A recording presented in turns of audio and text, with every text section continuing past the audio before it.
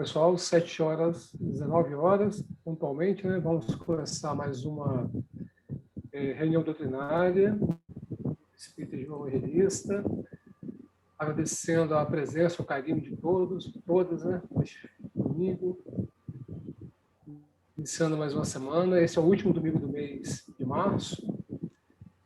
Mais um pouquinho do Evangelho de Cristo, mais um pouco da doutrina espírita, tão querida por nós, né, tão importante para as nossas vidas, reunidos aqui, agora ainda no modo virtual, com certeza durante esse ano, é bem provável, né, pelo que temos acompanhado pelas mídias.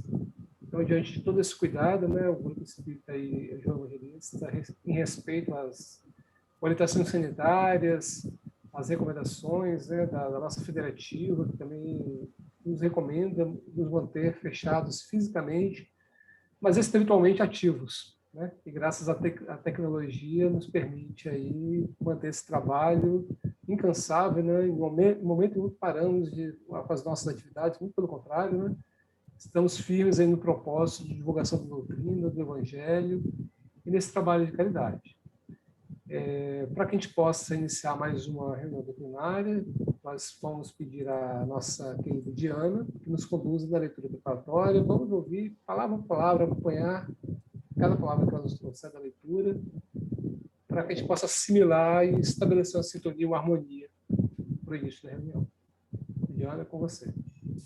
Boa noite, meus irmãos. Do livro Pão Nosso, de Francisco Cândido Xavier, pelo Espírito de Emmanuel, lição 133, O Grande Futuro. Mas agora, o meu reino não é daqui. Jesus, João, capítulo 18, versículo 36. Desde os primórdios do cristianismo, observamos aprendizes que se retiram deliberadamente do mundo, alegando que o reino do Senhor não pertence à terra. Ajoelham-se por tempo indeterminado nas casas de adoração e acreditam efetuar na fuga a realização da santidade. Muitos cruzam os braços à frente dos serviços de regeneração e, quando interrogados, expressam revolta pelos quadros chocantes que a experiência terrena lhes oferece, reportando-se ao Cristo diante de Pilatos, quando o mestre asseverou que o seu reino ainda não se instalara nos círculos da luta humana. No entanto, é justo ponderar que o Cristo não desertou o planeta.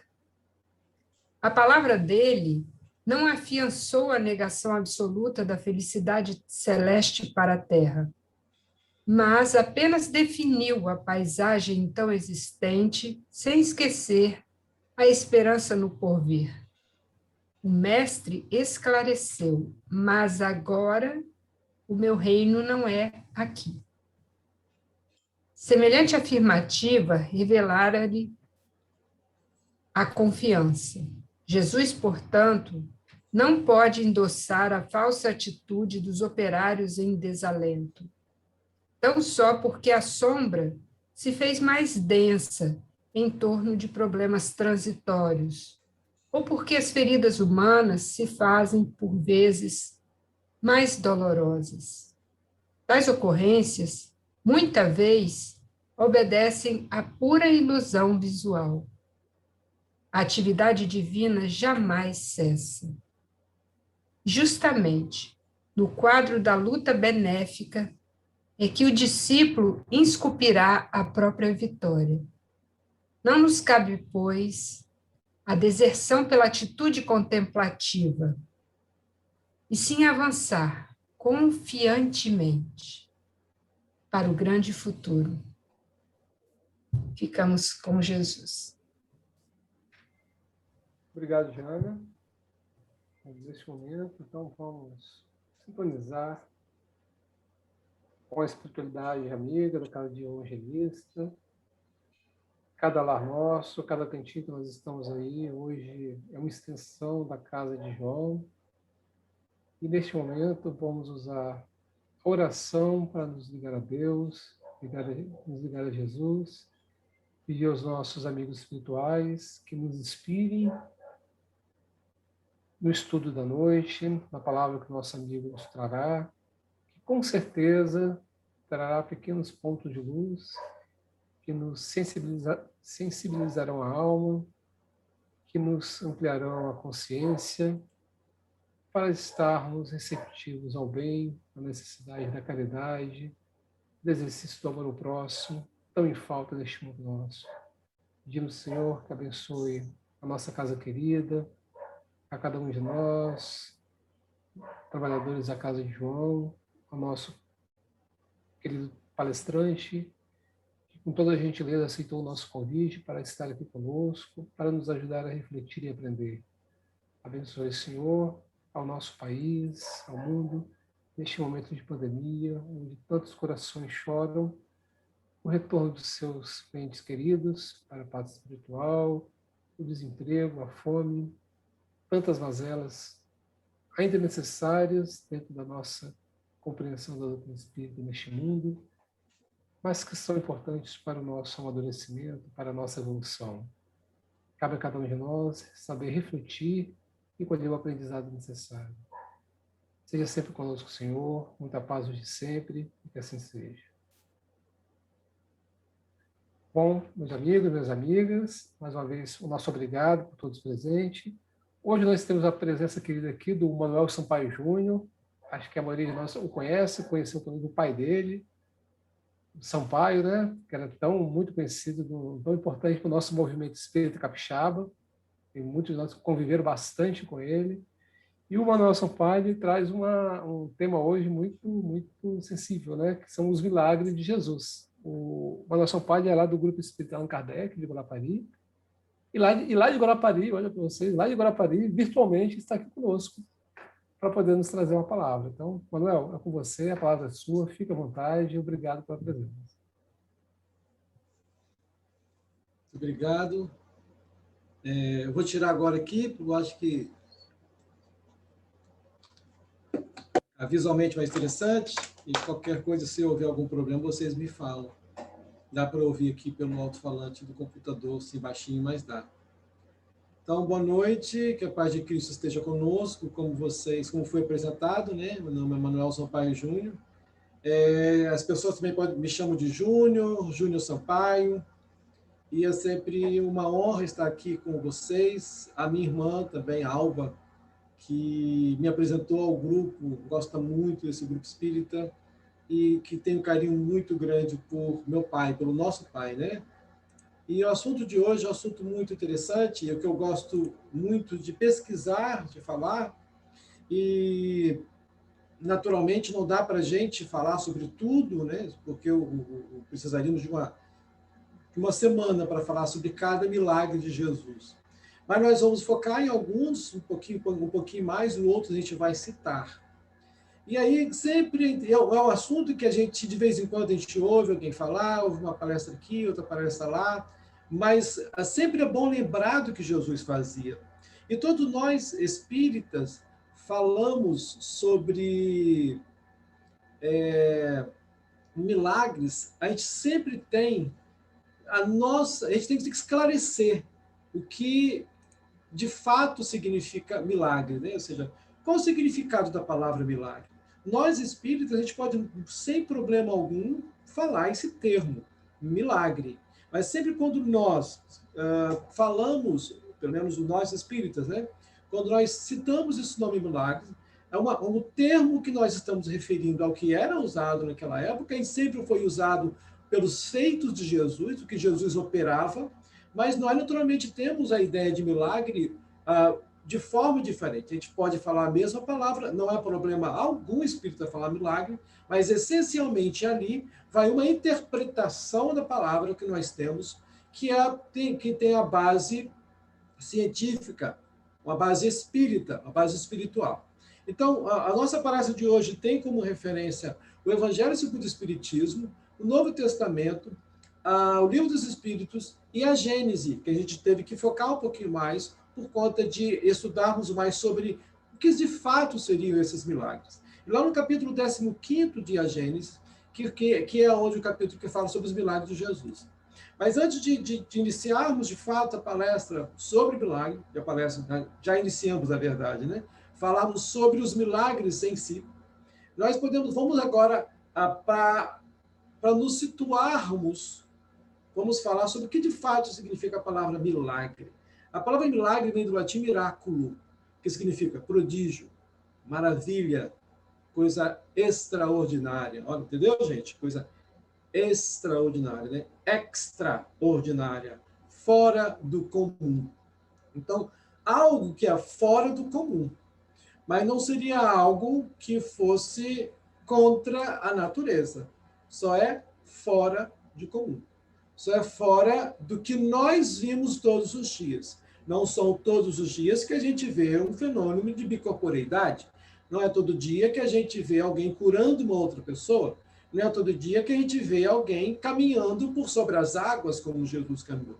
Então, são fenômenos extraordinários que fogem ao comum. Então, é isso que nós espíritas, quando nós falamos a palavra milagre, por trás dela vem todo esse simbolismo, vem todo esse significado. O léxico, a forma como a gente se expressa é diferente. Então, para entendermos um pouco dos fatos, e algumas pessoas dizem ser milagres, podemos voltar um pouco ao passado, não muito distante, quando, por falta de conhecimento, as pessoas não conheciam a eletricidade, e a gente vê isso, a gente não presenciou, mas a gente isso em relatos, em filmes, em documentários. Muitas pessoas achavam que aquilo era um milagre, entendeu? E até hoje, se nós não tivermos um conhecimento, a gente acha que muita coisa é milagre. Eu até hoje, gente, olha só, eu tenho 55 anos, 54 anos, sempre acho que tenho 55. Até hoje, na minha cabeça, tem um fax. Como é que pode um papel que é mandado lá longe e chega aqui o papel que a pessoa quer, uma cópia? Eu estou falando do fax. Fax, que se falar para alguém de 15 anos, não sabe nem o que é isso. Então, isso para mim é algo, uau, extraordinário. Entendeu? Eu não conheço o que está por trás daquilo, mas certamente não é milagre, mas é algo miraculoso, algo extraordinário. Então, se nós levarmos, por exemplo, um celular, um iPhone ou qualquer telefone celular, para aquela ilha, a gente tem uma ilha, não sei onde, que tem povoada pequena, povoada por índios, e eles não deixam ninguém entrar, eles atacam quem quer que vá lá. Procura na internet, desculpa não ter uma fala correta sobre isso, exata sobre isso, mas é fácil de achar na internet. E essa ilha, qualquer um que tenta chegar lá é atacado. Então, se nós conseguirmos entrar lá, se eles deixassem a gente entrar lá, e levarmos um celular, levarmos um drone, vão achar que é milagre, vão achar que é algo extraordinário, né? Então, existe essa questão. Mas com a disponibilidade sobre como essas coisas acontecem, com o Google, que já está aí, com os dicionários, com os documentários, com os livros, com todas as informações científicas, porque isso é ciência, isso nós temos como entender e perder aí, de fato, a ignorância. E nós, inclusive, gente, até hoje, muitas coisas que são consideradas milagres, depois a gente percebe que é ilusão de ótica. Há pouco tempo, houve um caso de uma imagem da Nossa Senhora que apareceu sobre uma igreja, mas, na verdade, era um alto-falante, o manto era reflexo da luz na igreja, e o que parecia a cabeça era a ponta do telhado lá em cima. Então, aquilo causava uma ilusão de ótica, isso é científico. E as pessoas, até quando o padre percebeu que era isso, as pessoas achavam que era um milagre, que era uma aparição. E aquilo tudo fez... Isso significa o quê? Que a gente não estava entendendo. Mas, de certa maneira, isso é bom para as pessoas, porque causou ali entre a população um pensamento, refletiram sobre a situação da pandemia, por exemplo. Isso causou algo positivo, um reflexo positivo, porque, de segunda pessoa, a suposta imagem, falava algo relativo à pandemia. Mas aí, um milagre, segundo o Espiritismo, não é uma derrogação, não é uma modificação da lei natural, não é uma violação da lei de Deus. O milagre é algo natural. O que nós não temos é ainda o conhecimento, e a ciência ainda não debruçou sobre aquilo, sobre muitas coisas daquilo, porque nós transformar água em vinho, a ciência já falou sobre isso, na transmutação da matéria. Mas isso é muito complexo, muito complicado, e na nossa atual existência é muito difícil de fazer, mas que é algo que pode ser feito com muito trabalho e mais para frente. Então, são coisas que a ciência até hoje fala sobre isso, a transmutação da matéria, porque mostrando lá os átomos, as moléculas e tudo mais, que pode uma matéria pode se transformar em outra, assim como a água se transforma em gelo, mas continua água, mas está em outro estado, né? E atualmente não estamos aptos a saber perfeitamente tudo aquilo que ainda achamos que é milagre. Mas a verdade é que existe uma explicação lógica sobre tudo isso. Lógica sobre tudo isso. E às vezes, meus companheiros, nem imaginamos que nós mesmos podemos operar esses milagres. Nós mesmos podemos fazê-los. E aí a gente, como assim a gente pode fazer? Voltemos lá em João, capítulo 14, versículo 12, que diz o seguinte: em verdade vos digo, aquele que crê em mim, esse também fará as obras que eu faço, e as fará maiores do que estas. Palavras de Jesus em João. Em verdade vos digo, aquele que crê em mim, esse também fará as obras que eu faço e fará muitos maiores que essas. E o próprio Cristo está falando que tudo que ele faz, que era considerado milagres, todas essas obras, qualquer um pode fazer. Nós podemos fazer, no momento não podemos fazer, mas chegará um momento do nosso caminho espiritual, no qual, se tivermos oportunidades, poderíamos fazer tudo que Cristo falou. É tudo que Cristo fez.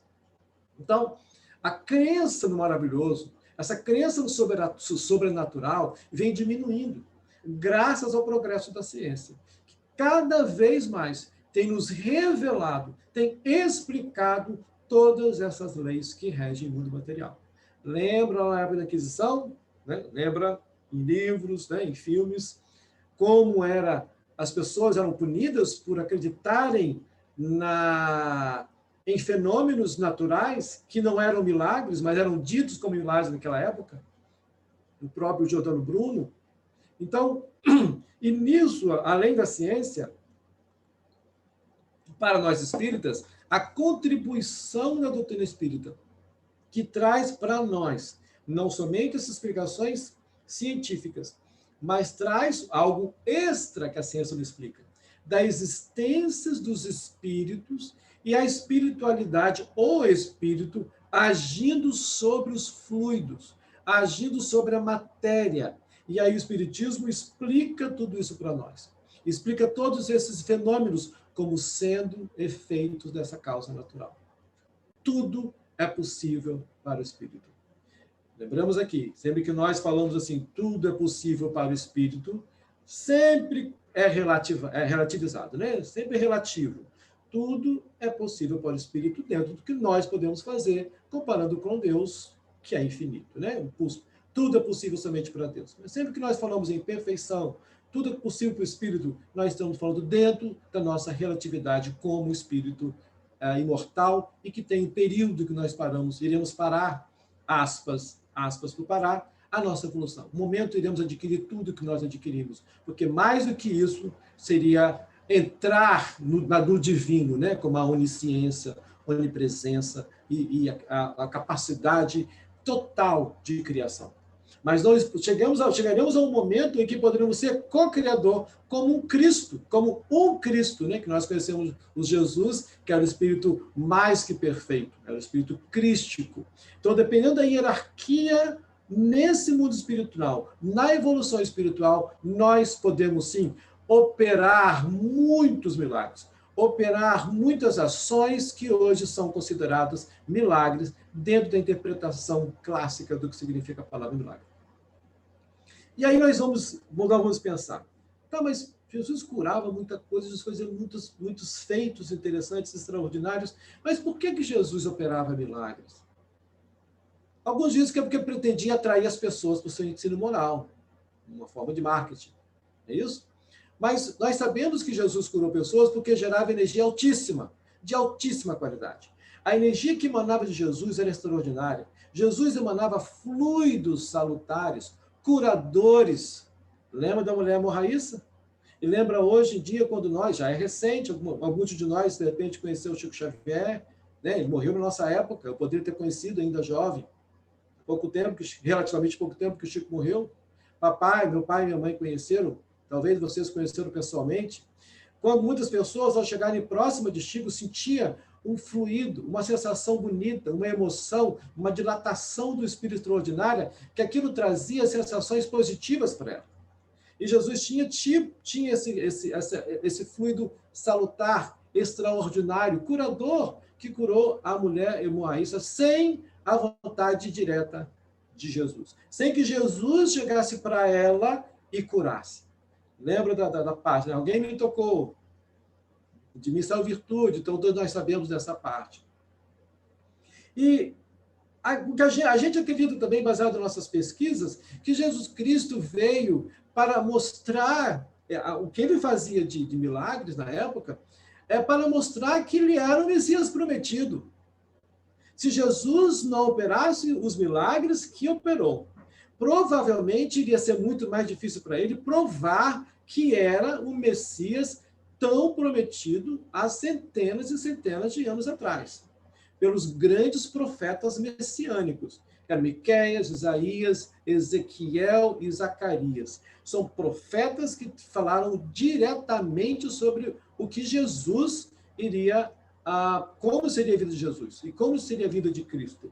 Então, ele tinha que provar, porque qualquer um poderia ser considerado Cristo, qualquer profeta poderia ser considerado Cristo. Então, ele tinha, de certa forma, mostrar para as pessoas. Leiam lá o Velho Testamento para vocês perceberem. Sempre que havia, muitas das vezes, nossa, grande maioria, alguma cura, algo extraordinário, alguém falava, esse é o profeta prometido, esse é o filho de Davi, esse é o Messias, de fato, ele é o Messias prometido. A própria mulher samaritana, quando Jesus falou sobre os maridos dela, né, que ela tinha tido, eu percebo que você é um profeta. Então, Jesus tinha que mostrar para provar que ele era. Então, nós podemos falar aqui para vocês 3 milagres messiânicos. O que seriam esses milagres messiânicos?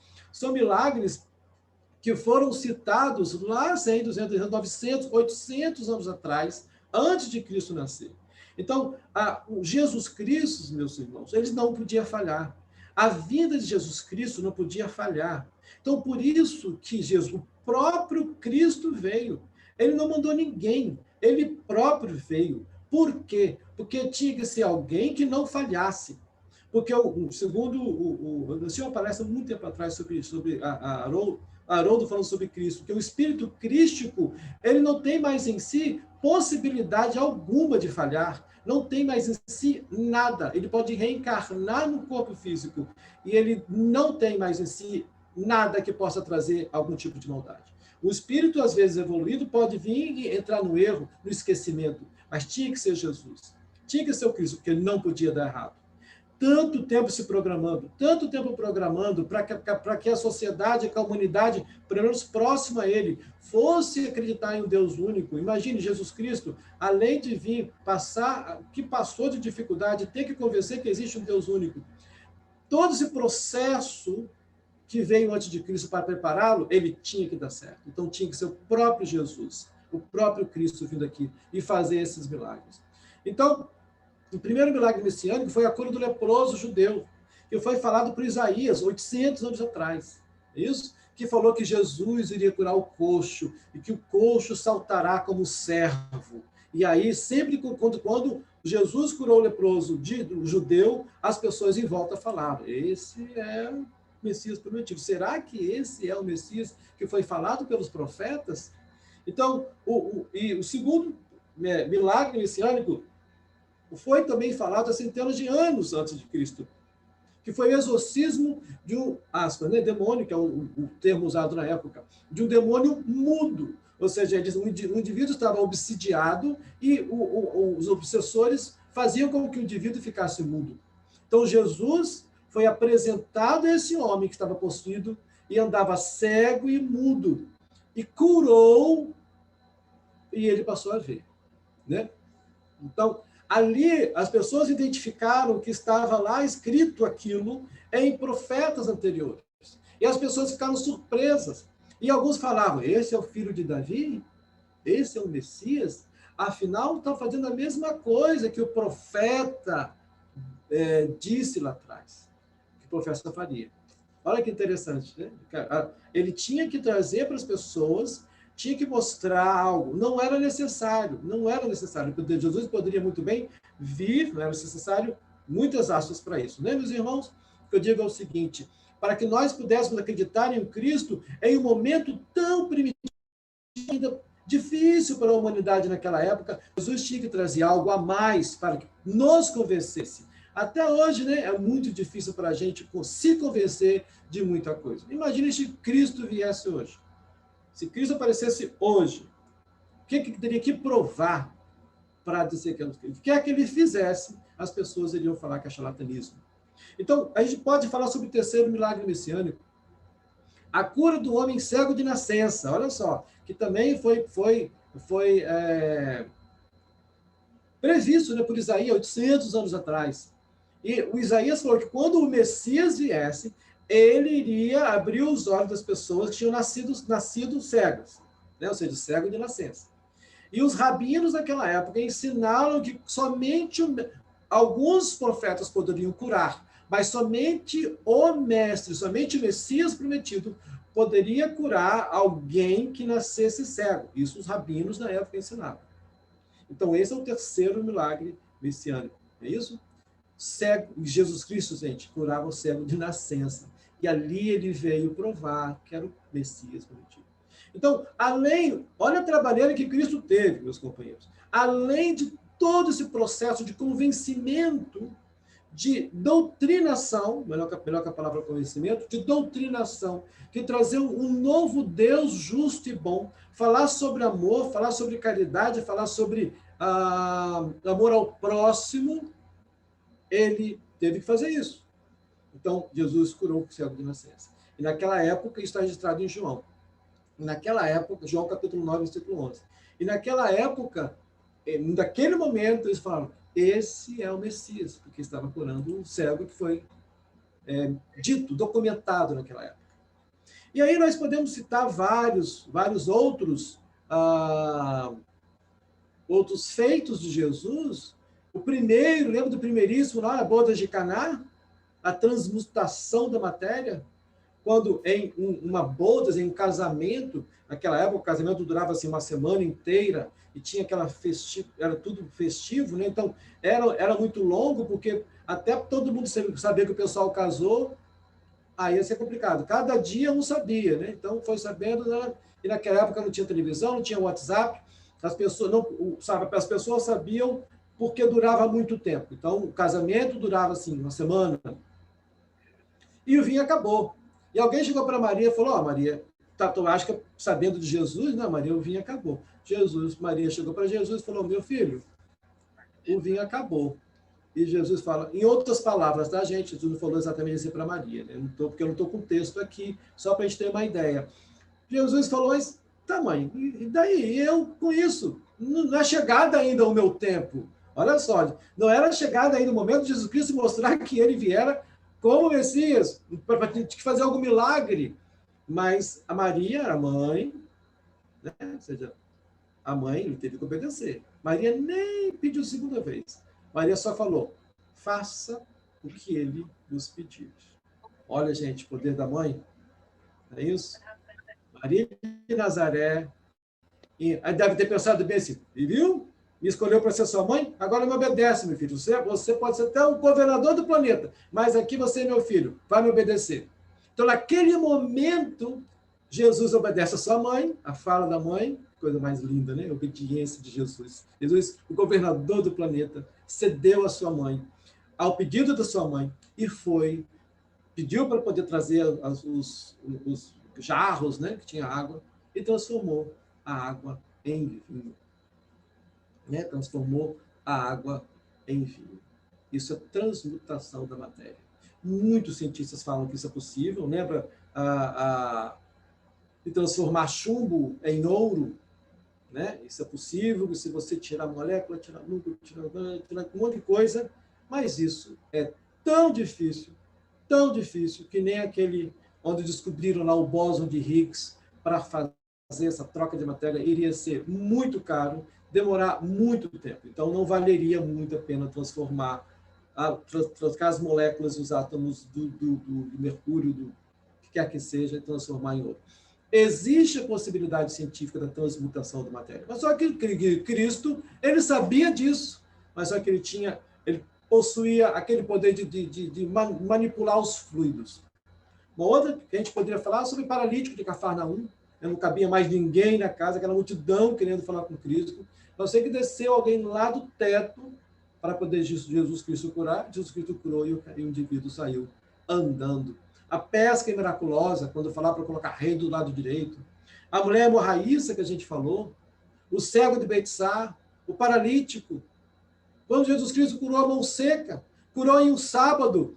Ele não poderia ter curado em um sábado e trouxe para a gente a lição de que todo dia é dia de amar, todo dia é dia de distribuir amor, que não podemos ficar presos às letras, mas sim ao espírito. Podemos citar as 3 ressurreições. A ressurreição, mas como assim? O indivíduo morreu, depois Cristo foi lá miraculosamente, fez todo aquele processo de inversão, ou seja, o corpo estava em decrepitude, Jesus Cristo fez tudo, inverteu para que a pessoa... Isso não pode ser feito. E meu pai falava uma coisa assim muito séria, falava, nem Deus faria isso. Ele arriscava, meu pai falava assim, eu arrisco em dizer que nem Deus faria isso. E por que essa fala que nem Deus faria isso? Porque não interessa para Deus. Deus não iria contra a sua própria lei. Ele não iria, Deus não iria fazer nada que fosse contra a lei que ele próprio criou. Ele ia ser um criminoso de si mesmo. Então, não há por que Deus fazer isso. Há outros métodos que Deus poderia usar para que o indivíduo possa ressuscitar, aspas, né? E ali, muitas das pessoas achavam que eles estavam mortos. E Jesus Cristo foi claro em 2 deles. Foi a filha da viúva de Naim, a filha de Jairo e o Lázaro. A filha da viúva de Naim, o Jesus não disse nada. Na de Lázaro e da filha de Jairo, Jesus Cristo falou que eles estavam dormindo. Lembra da de Lázaro? Eu não lembro qual parte do evangelho, mas só, a gente está citando em termos gerais, né? Os milagres. A filha de Lázaro, Jesus disse, gente, para que tanto alarido? Ela está dormindo. Ela não está morta, ela está adormecida. E isso, naquela época, até hoje, é entendido o adormecido como uma metáfora de quem está morta. Né? A gente vai lá na mitologia grega dos irmãos gêmeos, filho da noite, filho da Nix, que é o Thanatos, e o Hipnos. O Hipnos, deus do sono, e o Thanatos, deus da morte, ou seja, o sono e a morte estão muito ligados. E usa-se muito a metáfora do sono para falar sobre a morte. Então, muita gente acha ainda hoje que Jesus estava usando ele de metáfora. Não, ela está adormecida. Mas, de fato, estava adormecida. De fato, ali estava em uma situação de catalepsia, de letargia, de morte aparente. E Lázaro, Jesus Cristo tinha os amiguinhos. Jesus Cristo tinha a turminha dele.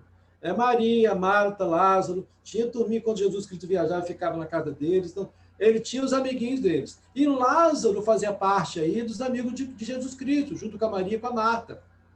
E aí, estava lá Maria e Marta desesperadas. Maria, não é Maria, mãe dele, né? Uma outra Maria. Várias Marias naquela época, né? Miriam, né? E aí chegou o pessoal chorando muito. Falei, gente, calma, nosso amigo Lázaro, nosso amigo Lázaro dorme. Vou despertá-lo. E aí muitas pessoas acharam dorme como metáfora, vai despertá-lo, vai deixar de estar morto e estar vivo. Mas Jesus Cristo não ia nunca contra a lei de Deus. E nem o próprio Deus, que teria esse poder, não iria contra a sua própria lei. Por isso que muita gente fala que nem Deus faria, né? Não por petulância, mas por saber que o Deus, sendo Deus, ele não iria ia agir contra a sua própria lei. Lei é imposta. tem que obedecer, tem que ser. É uma lei de Deus. Então, a gente pode falar também sobre a transfiguração do Monte Tabor, que é uma parte lindíssima, né? Que Jesus Cristo conversa com Elias, com Moisés, ou seja, conversava com os mortos, né? Que naquela época não podia. E na tempestade aplacada, no domínio que ele mostra a Jesus um domínio sobre a natureza, um domínio sobre os espíritos que vinham, que agiam sobre a natureza. E nós vamos agora fazer uma leitura do capítulo 10, lá os milagres de Jesus. Capítulo 15, né, de a Gênesis. Diz o seguinte: os fatos relatados no Evangelho, e que foram até agora considerados miraculosos, pertencem, na sua maioria, à ordem dos fenômenos psíquicos, isto é, os que têm como causa primeira a faculdades e o atributo da alma. Lembra quando Jesus disse que todos nós podemos fazer? É o atributo da alma. Quanto mais a gente evolui, mais próximo de Deus e mais a gente fica, mais Deusinho a gente se transforma. Somos quem é filho de Deus, Deusinho é. Então, quanto mais próximo de Deus, mais características divinas nós iremos assimilar no nosso espírito. É isso? E aí o capítulo 15 continua. Basta o fato da reprodução de um fenômeno em condições idênticas, olha só, basta o fato da reprodução de um fenômeno em condições idênticas para provar que ele é possível e se acha submetido a uma lei, não sendo, portanto, miraculoso. Ou seja, existem coisas que são submetidas a uma lei. E nós percebemos que muitas coisas se repetem.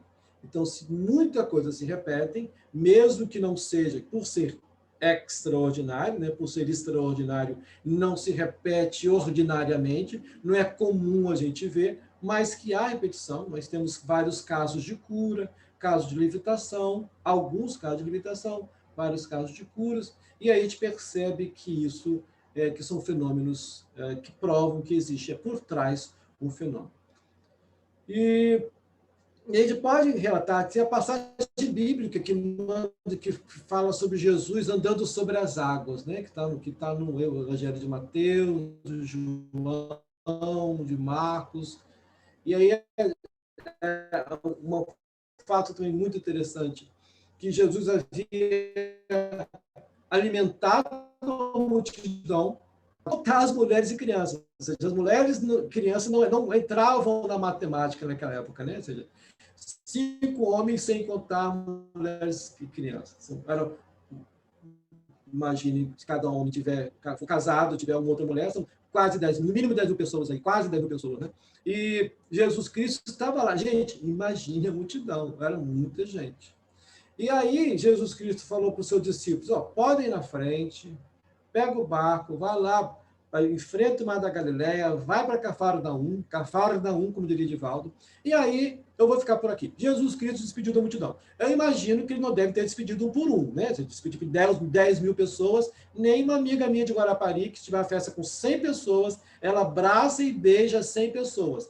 Ela não fala aquele típico, gente, sintam-se beijados, não. Ela, um por um. Então, ela tem que começar a despedir umas 1 hora antes de terminar a reunião.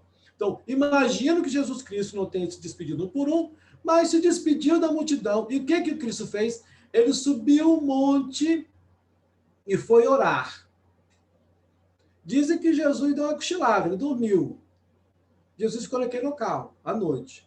Então, enquanto isso, o barco estava lá. E o barco começou a ser, com os discípulos, que Jesus pediu para ir na frente, começou a ser açoitado pelas ondas, por causa dos ventos, não é isso? E aí, vamos lá agora para os discípulos. Os discípulos ficaram desesperados, porque a onda veio muito grande, o vento muito forte, e as chuvas. Então, nesse momento que o discípulo estava lá no mar, revolto, aparece uma figura de longe vindo andando sobre o mar. Os discípulos pensaram que fosse um fantasma. Imagine, gente, o desespero dos discípulos. Começaram a gritar. Né? Gente, quando a gente lê o Novo Testamento, a gente acha que era normal, né, Espírito aparecer para todo mundo. O anjo Gabriel, coitado, ele sofreu. Leiam lá todas as aparições do anjo Gabriel. Anjo Gabriel aparecia, o Espírito Gabriel, muito importante para a Boa Nova de Cristo.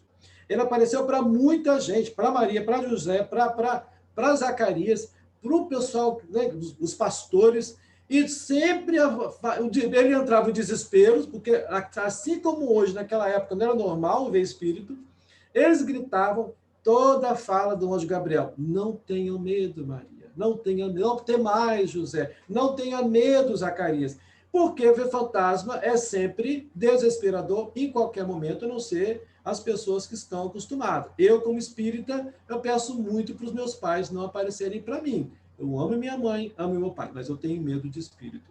E os discípulos começaram a ficar desesperados, gritarem de medo. Jesus Cristo deve ter sorriso, né? Meu filho, sou eu, não tenha medo. Está lá registrado em João. E Jesus sobe no barco. Assim que Jesus subiu no barco, o vento parou. Gente, que poder, né? Que Cristo, né? Que ser. Mas lá no barco tinha Pedro, teimoso, disseram que era o mais teimoso, né? Eu lembro a mãe de Anete, uma palestrante espírita, falava assim: gente, o Pedro só vivia dormindo. E se todo momento da Bíblia tem, e Pedro que estava dormindo, e Pedro que estava dormindo. Então Pedro só dormia e era teimoso. Jesus Cristo, e aquele momento, quando Pedro estava lá, o mais sério, o mais teimoso de todos, que Jesus Cristo chamava muita atenção dele, respondeu a Jesus, dizendo: ah, é? Prova que você é Jesus, me faça andar até você.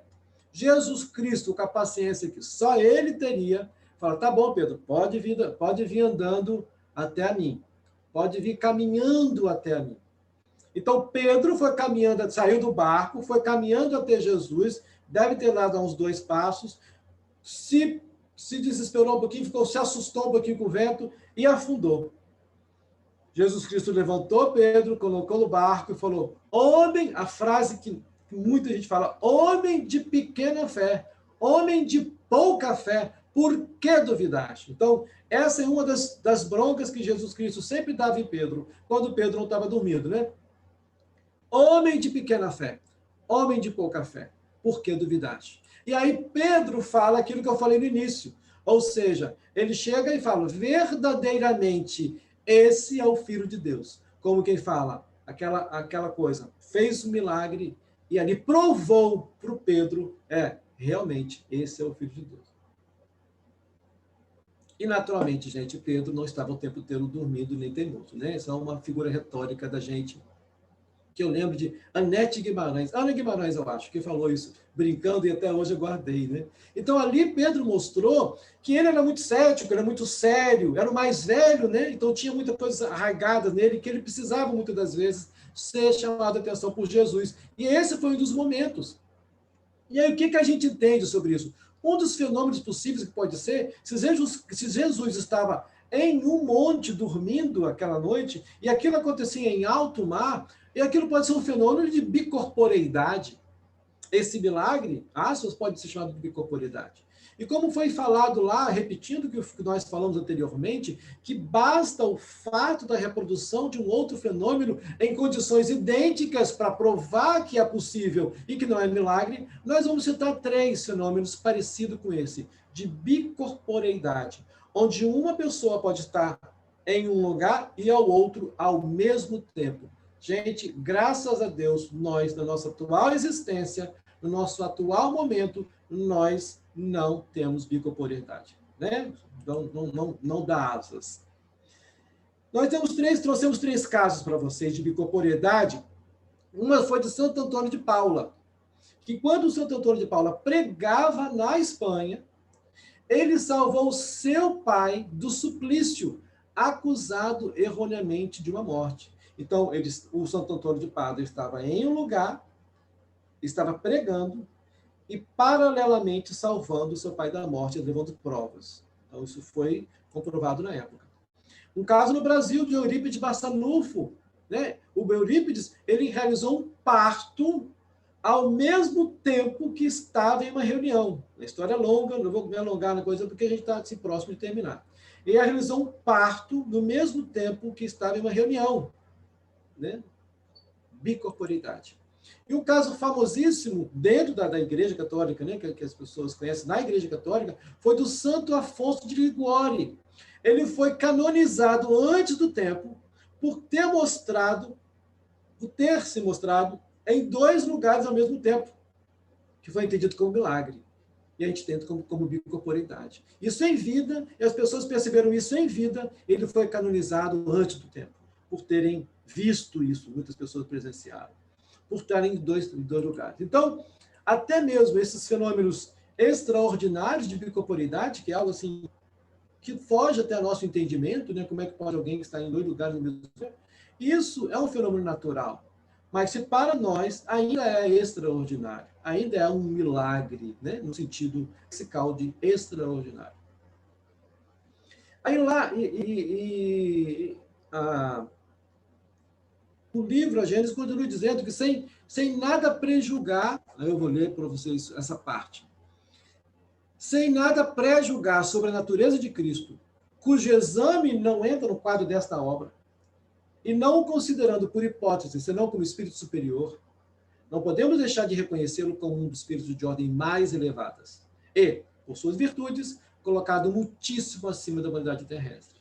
Então, ao mesmo tempo que o espiritismo desce um pouquinho Jesus do cristianismo, que considera Jesus um Deus, ele, ao mesmo tempo, compara Jesus conosco, nos colocando Jesus Cristo como um espírito superior, muito superior a nós. E como nós sabemos do livro dos Espíritos, o espírito mais superior que esteve entre nós.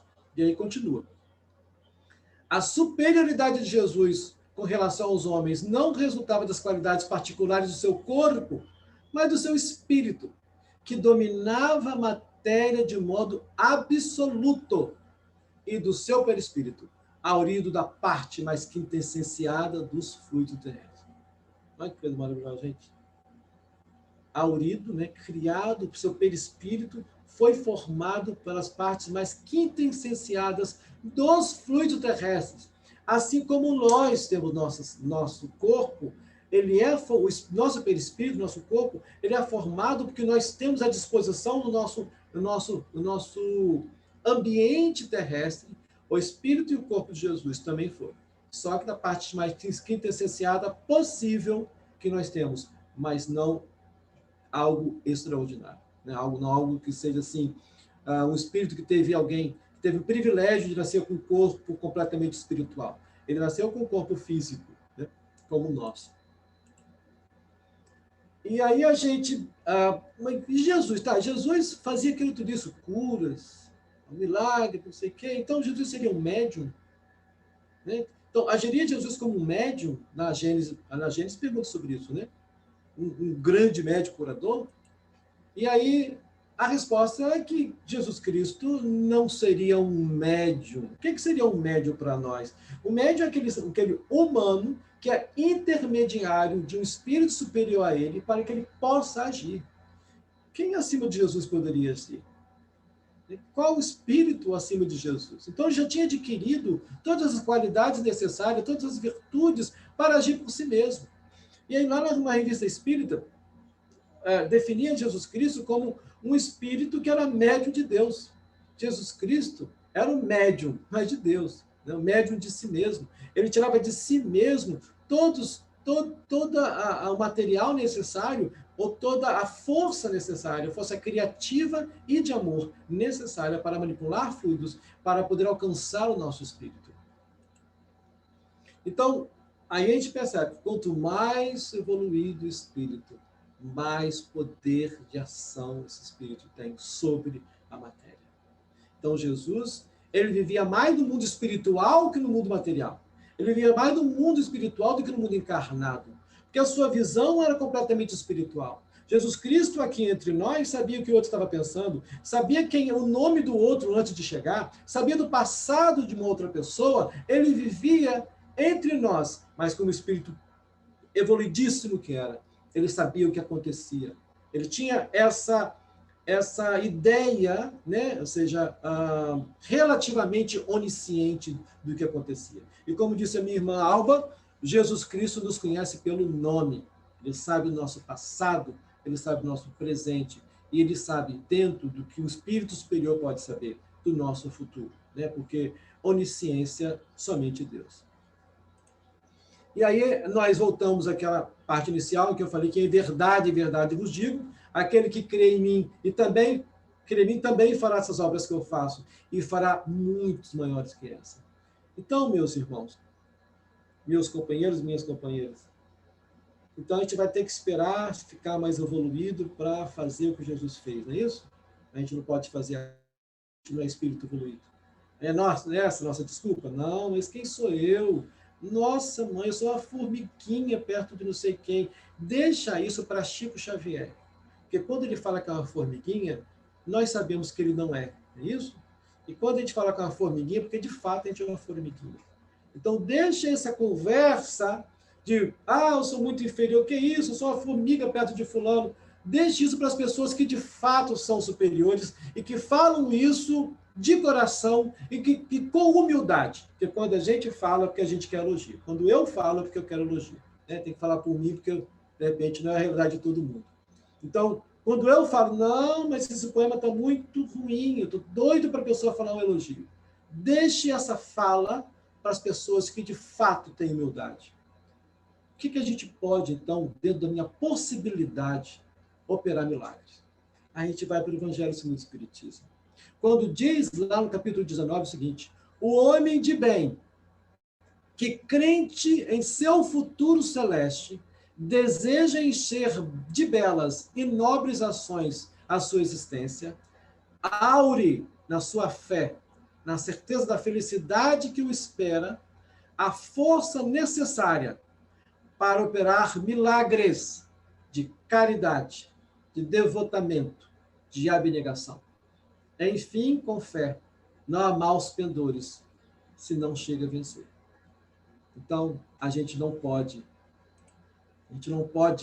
admitir que não deixa mais para frente. A gente é espiritualista, a gente é reencarnacionista, né? Ser reencarnacionista é maravilha. A gente pode fazer conscientemente, deixar conscientemente para frente algo que a gente não quer fazer hoje. O que é, de certa forma, um livre-arbítrio nosso. Se nós temos consciência de reencarnações futuras, a gente tem todo o direito de deixar para depois. Desde que arquemos com as nossas responsabilidades. E nós sabemos disso. Então, não existe pretexto algum de ignorância nossa.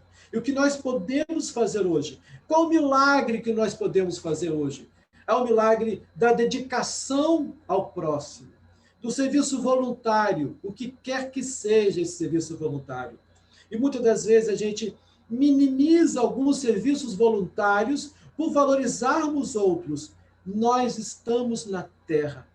O que quer que seja dentro da Terra, e que nós podemos ter um serviço voluntário qualquer, seja na natureza, seja na questão dos animais, seja nas questões humanitárias, a criança, o adulto, o presidiário, qualquer que envolva o planeta e seus habitantes, são igualmente dignas. E aí está o amor que nós podemos fazer. É o milagre do amor, é o milagre da caridade, do devotamento e da abnegação.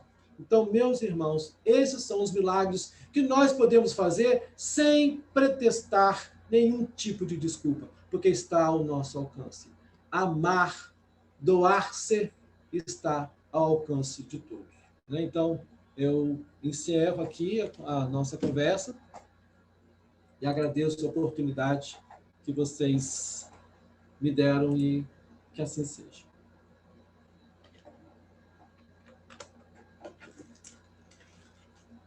Nós agradecemos aí ao Júlio Sampaio, a carinhosa presença, né? Sempre conosco, sempre nos atende aí, a ele, né?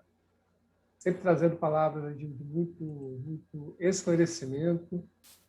Com certeza, acho que o maior milagre que nós podemos fazer, que às vezes nos dá a oportunidade, é o amor, né? O amor, o amor ao próximo, a caridade.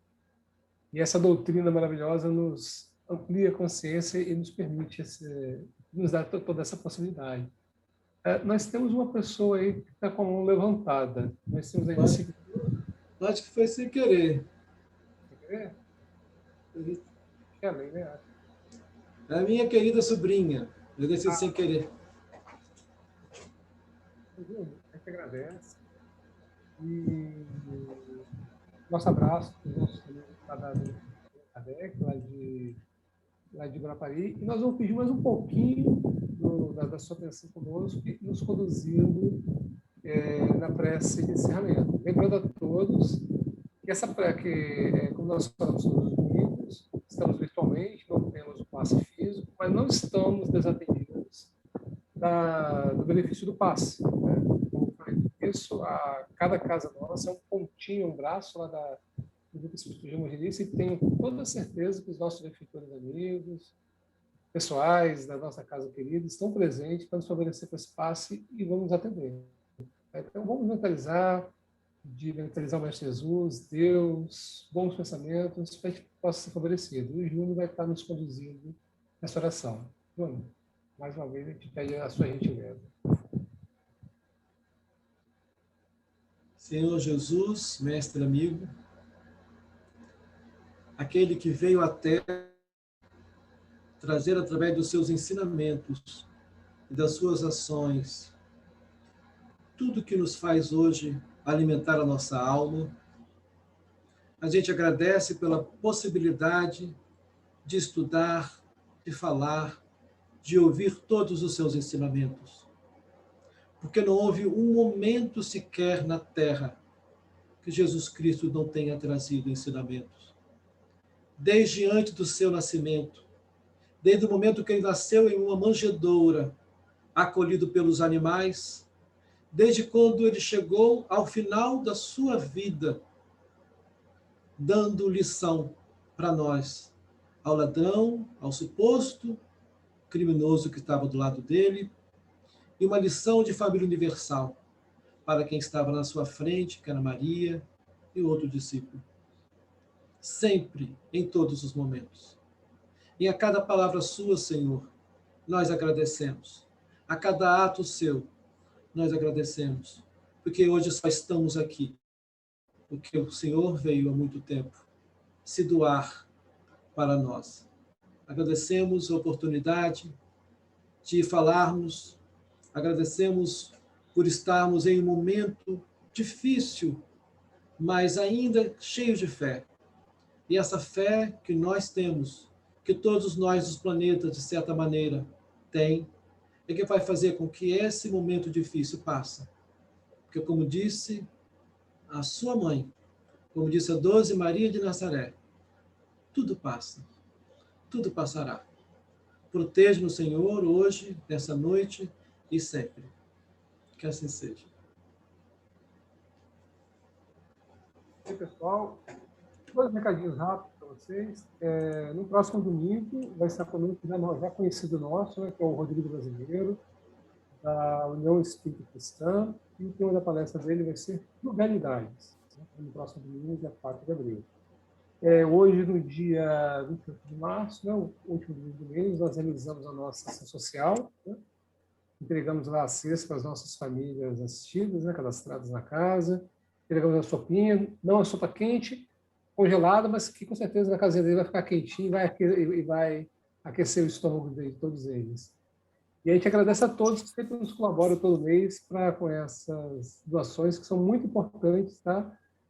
Principalmente nesse momento de pandemia, né, que tem tanto desemprego, então essas famílias têm bastante necessidade. Tá? A gente agradece bastante aí a atenção de todos. Mais uma vez aí, Júlio, a gente agradece a sua presença e com certeza esperamos aí para mais uma oportunidade. Se alguém tiver algum recado. Muito obrigado a vocês, tá? Vocês são muito queridos da gente. Nós agradecemos. A todos, nosso obrigado, uma ótima noite. Temos um bom dia de semana.